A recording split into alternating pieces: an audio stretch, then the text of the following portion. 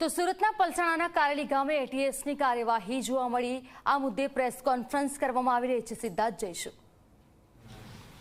જે હકીકત આધારે એટીએસ તરફથી રેડ કરવામાં આવી છે અને કાયદેસરની કાર્યવાહી કરવામાં આવી છે। આજે એઓને કોર્ટમાં રજૂ કરવામાં આવશે। સર, કયા આરોપીનો શું રોલ અને શું જવાબદારીઓ સોંપેલી હતી, નામ પરિવાર જણાવી દેશો।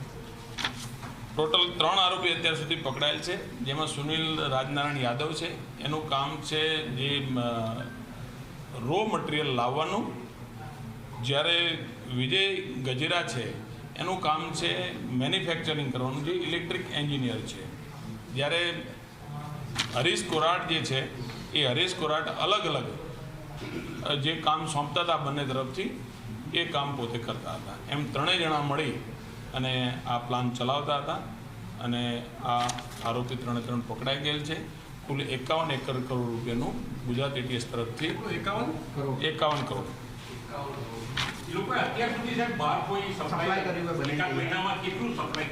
ચાર કિલો જેટલું એક સલીમ સૈયદ નામના મુંબઈના એક આરોપી છે, એને આર્ટ ફોર્મમાં મોકલ્યો છે। એના માટે પણ ટીમ રવાના કરવામાં આવેલ છે અને ઝડપથી એ સફળતા મળશે। સર, કેટલા સમયથી આ ચાલતી હતી, આ જગ્યા કોની છે, કોના નામે આ ફેક્ટરી ઊભી કરાઈ હતી, કયા લાયસન્સ આધારે એણે મેળવ્યું હતું અને શું બનાવતા હતા, એ કઈ રીતે સામે આવ્યું? કોઈ લાયસન્સ એની પાસે છે નહીં।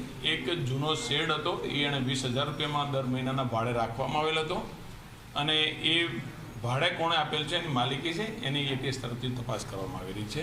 છેલ્લા 1-1.5 મહિનાથી એણે ભાડે રાખી હતો। સર, આ સૌથી પહેલો વિચાર કોને આવ્યો બનાવવાનો, માસ્ટર માઇન્ડ આમાં કોણ છે, કોણ જોડાયેલું હતું? એ પૂછપરછ હજી ચાલુ છે। પ્રાથમિક પૂછપરછમાં જે હકીકત છે એ આપને આપવામાં આવી છે।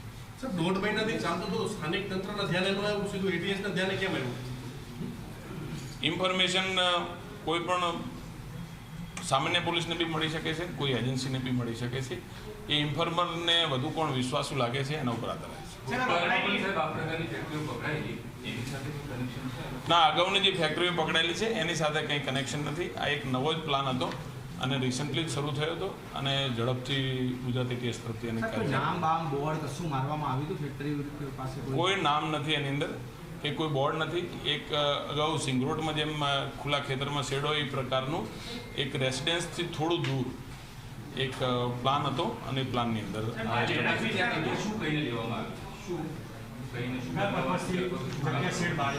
કોઈ પણ માણસ ભાડે આપે છે તો પોતે ભાડામાં શું કરશે એ કોઈને કહેતા નથી, પરંતુ કેમિકલ પ્રોડક્શનનું કંઈ કયું હશે એવો અમારો અંદાજ છે।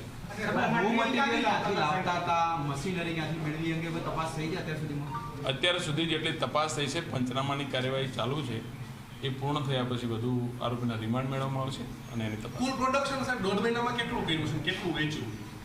એ એક્ઝેક્ટ એનું જે રો મટીરિયલ કેટલું આવ્યું છે એની જાણકારી મળ્યા પછી એનું મેન્યુફેક્ચરિંગ કેટલું થયું છે એ ખબર। તો રો મટીરિયલ સાહેબ અત્યાર સુધી કેટલું આવ્યું, કંઈક આંકડાકીય માહિતી? એ હજી ચોક્કસ માહિતી નથી આવી, પણ એ રિમાન્ડ દરમિયાન પૂછપરછમાં હજી પ્રાથમિક પૂછપરછ ચાલી છે અને જે પોલીસની કાર્યવાહી કાયદેસરની છે કરવામાં આવી રહી છે। એ જ્યારે તપાસમાં નીકળશે ત્યારે આપને જણાવો। 3 ગુજરાતના છે અને એક વાપીમાં રહે છે, એક સુરતમાં રહે છે અને ત્રીજો આરોપી જુનાગઢ છે। ક્રિમિનલ હિસ્ટ્રી અત્યારે ચકાસવામાં આવી રહી છે, જે કંઈ હકીકત હશે આપને જણાવવામાં।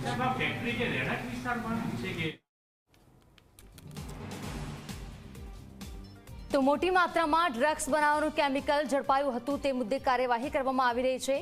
એમડી ડ્રગ્સ કઈ રીતે બનાવતા હતા, ક્યાં મોકલતા હતા, ક્યાંથી જથ્થો લાવતા હતા, તે તમામ મુદ્દે એટીએસ દ્વારા કાર્યવાહી કરવામાં આવી છે। સુરત જિલ્લામાંથી છાસવારે નશીલા પદાર્થો પોલીસ ઝડપથી રહે છે, ત્યારે વધુ એક વખત સુરત જિલ્લામાંથી શંકાસ્પદ એમડી ડ્રગ્સ ઝડપાઈ આવ્યું છે। અમદાવાદ એટીએસમાં બાતમી મળી હતી તે પ્રમાણે અમદાવાદની એટીએસની ટીમ દ્વારા સુરત જિલ્લાનું જે પલસાણા તાલુકાનું કારેલી ગામ આવેલું છે ત્યાં રેડ કરી હતી અને જે રેસિડેન્ટ વિસ્તાર છે તેમાં આ ફેક્ટરી ઝડપાઈ છે। મહત્વનું છે કે આ એટીએસની ટીમ દ્વારા અહીં છાપો મારતા જ ખાસ ફેક્ટરીમાંથી કેમિકલ અને રસાયણો મળી આવ્યા છે। મહત્વનું છે કે એમડી ડ્રગ્સ બનાવવા માટે આ જે કેમિકલનો ઉપયોગ કરતા હોવાની માહિતી સામે આવી છે। એટીએસની ટીમ દ્વારા જે ફેક્ટરી છે તેને સીઝ કરવામાં આવી છે, તેમજ આ વિસ્તાર આ જે ફેક્ટરી છે તેમાંથી 2 માણસોને ઝડપી પાડવામાં આવ્યા છે. મહત્વનું છે કે અમદાવાદ એટીએસની ટીમ હાલ છે તે તમામ જે સામગ્રી છે તેને સીઝ કરી છે. એફએસએલ ટીમની પણ મદદ લેવામાં આવી છે અને હાલ અમદાવાદ એટીએસની ટીમ દ્વારા અંદાજિત આશરે 20 કરોડ જેટલી માતબર રકમનું જે ડ્રગ્સ છે તે ઝડપી પાડ્યું હોવાની વિગતો સામે આવી રહી છે. હાલ અમદાવાદ એટીએસની ટીમ દ્વારા આ ફેક્ટરી કોની છે, કોણ ચલાવી રહ્યું હતું, કઈ રીતે આ કેમિકલ અહીં લાવવામાં આવતા હતા, આ તમામ પ્રકારની વિગતો હાલ અમદાવાદ એટીએસની ટીમ છે તે તપાસ હાથ ધરી રહી છે. સંદીપ વસાવા, ઝી મીડિયા, પલસાણા, સુરત.